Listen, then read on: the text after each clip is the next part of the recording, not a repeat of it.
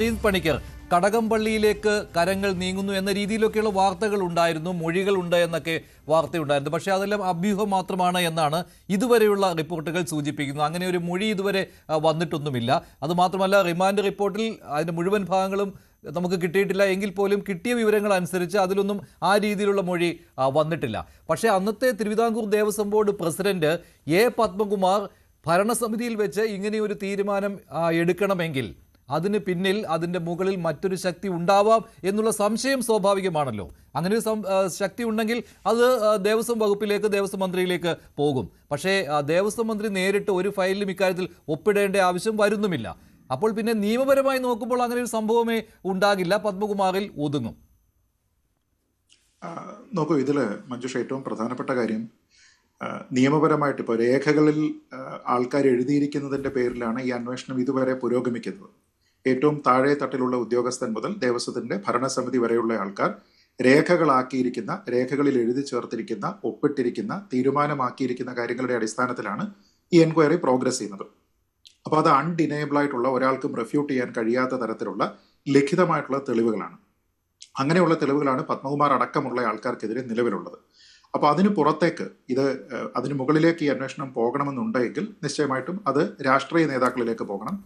അന്ന് ഭരണത്തിൽ നേതൃത്വത്തിലുണ്ടായിരുന്ന ശ്രീ കടകംപള്ളി സുരേന്ദ്രൻ അടക്കമുള്ള ദേവസ്വം മന്ത്രി എന്ന നിലയ്ക്ക് അദ്ദേഹം അടക്കമുള്ള ആൾക്കാരിലേക്ക് പോകണം. പക്ഷെ അവരുടെ ഇൻവോൾവ്മെന്റ് ഇവിടെ തെളിയിക്കണമെന്നുണ്ടെങ്കിൽ ഈ പറയുന്നത് പോലെ അത്ര എളുപ്പമുള്ള ഒരു പ്രോസസ്സ് അതിലില്ല. കാരണം അവരാരും തന്നെ ഭരണപരമായിട്ടുള്ള കാര്യങ്ങളുടെ അടിസ്ഥാനത്തിൽ ഈ രേഖകൾ കാണുകയോ അല്ലെങ്കിൽ അതിലൊക്കെ അവർ ഒപ്പിടുകയോ അവരുടെ റെക്കമെൻഡേഷൻ എഴുതുകയോ ഒന്നും തന്നെ അതിൽ ആവശ്യമില്ല. പക്ഷെ ഇവിടെ ശ്രീ പത്മകുമാർ പറഞ്ഞിരുന്ന ഒരു സ്റ്റേറ്റ്മെന്റ് അവിടെയുണ്ട്. ആ സ്റ്റേറ്റ്മെന്റ് എന്ന് പറയുന്നത് തന്നെ ദൈവതുല്യരായിട്ടുള്ള പല ആൾക്കാരും ഇവിടെ ഇതിന്റെ പിന്നിലുണ്ട് എന്നും അങ്ങനെയുള്ള ആൾക്കാർ പറഞ്ഞാൽ അനുസരിക്കാതിരിക്കാനായിട്ട് തനിക്ക് സാധ്യമല്ല എന്നുമാണ്. അപ്പൊ ദൈവതുല്യരായിട്ടുള്ള ആൾക്കാർ ആരും തന്നെ ദേവസ്വം ബോർഡിൽ ഉണ്ടാകേണ്ടതില്ല. അഥവാ അങ്ങനെ ദേവസ്വത്തിലെ ഏറ്റവും തലപ്പത്തുള്ള ആളിനെയാണ് ദൈവതുല്യനായിട്ട് നമ്മൾ പറയുന്നത് എങ്കിൽ അത് പ്രസിഡന്റ് ആയിരിക്കുന്ന പത്മകുമാർ തന്നെയാണ്. അപ്പൊ പത്മകുമാർ തന്നെ ദൈവമായിട്ട് മറ്റാരെയെങ്കിലും അല്ലെങ്കിൽ ദൈവതുല്യരായിട്ട് മറ്റാരെയെങ്കിലും കാണുന്നുണ്ടെങ്കിൽ അദ്ദേഹത്തിന്റെ പൊസിഷൻ കൊണ്ട് എങ്ങനെയാണ് അദ്ദേഹം ദേവസ്വം പ്രസിഡന്റ് ആയത് എന്നതിന്റെ അടിസ്ഥാനത്തിൽ നോക്കിയാൽ അത് പൊളിറ്റിക്കലായിട്ടുള്ള, അദ്ദേഹത്തിന്റെ ഒരു ഗോഡ് ഫാദർ എന്ന് പറയാവുന്നയാളോ അല്ലെങ്കിൽ അദ്ദേഹത്തിന് പൊളിറ്റിക്കലായിട്ട് വേണ്ടപ്പെട്ടയാളോ ദേവസ്വം കൈകാര്യം ചെയ്യുന്ന ഒരാളോ ആയിരിക്കും എന്ന് ഊഹിക്കുന്നതാണ് സാമാന്യ യുക്തി.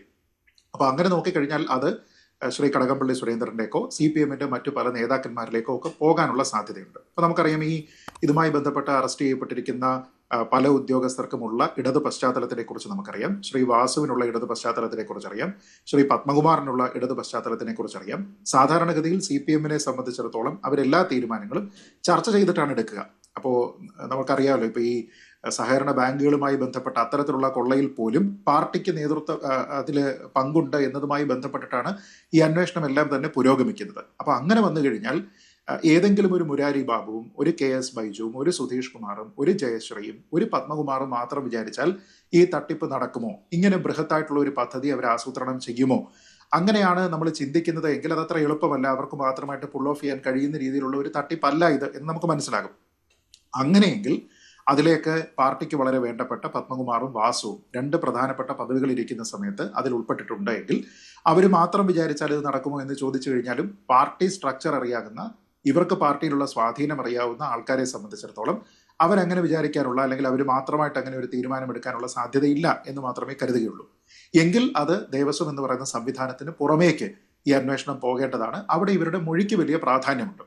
മൊഴി കിട്ടിയാൽ മാത്രം അതിലേക്ക് അന്വേഷണം പോകും. നമുക്ക് ഇതുവരെ ഇപ്പോൾ അന്വേഷണ സംഘം നേരിട്ട് ഹൈക്കോടതിക്ക് റിപ്പോർട്ട് നൽകുന്ന ഒരു സ്ഥിതിവിശേഷം ഉള്ളതുകൊണ്ട് മൊഴി കിട്ടിയാൽ അന്വേഷണം മുന്നോട്ട് പോകുമെന്ന് തന്നെ ഇപ്പോൾ വിശ്വസിക്കാം. ഇതുവരെ അങ്ങനെ ഉണ്ടായിരുന്നു. അതുമാത്രമല്ല, ബന്ധപ്പെട്ട രേഖകൾ പിടിച്ചെടുക്കുവാനും അന്വേഷണ സംഘത്തിന് കഴിഞ്ഞിരുന്നു. ഇവിടെ ശ്രീജിത്ത് സൂചിപ്പിച്ച പോലെ ഈ വിഷയത്തിൽ കടകംപള്ളിയിലേക്ക് അങ്ങനെ ഒരു മൊഴി കിട്ടിയാൽ പോലും രേഖകളുടെ അഭാവം അക്കാര്യത്തിൽ ഉണ്ടാകും. പക്ഷേ അന്വേഷണത്തിന് തടസ്സമുണ്ടാകാൻ സാധ്യതയില്ല. ഇതെല്ലാം ഊഹങ്ങൾ മാത്രമാണ്. Advocate BN Haskar